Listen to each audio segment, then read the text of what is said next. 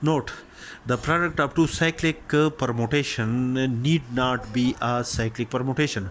For example, alpha and beta be two cyclic permutation on a non-empty set X. The set X contain the element 1, 2, 3, 4, 5, and 6. Then the product of the permutation alpha with the permutation beta is equal to the permutation such that the image of an element 1 under alpha is 2 and the image of an element 2 under beta is 1. Therefore the image of an element 1 is 1 and the image of an element 2 under alpha is 5 and the image of element 5 under beta is 6.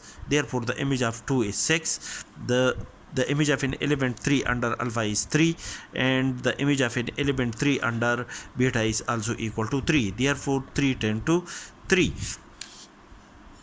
and the image of an element this 4 is 4 under alpha and the image of an element 4 under beta is 5. Therefore the image of an element 4 under alpha circle beta is 5.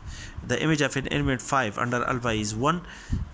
Therefore we substitute this 5 here and the image of an element 1 under beta is 4.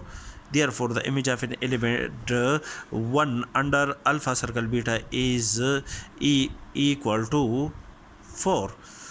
5 tend to 4 and the image of an element 6 is here.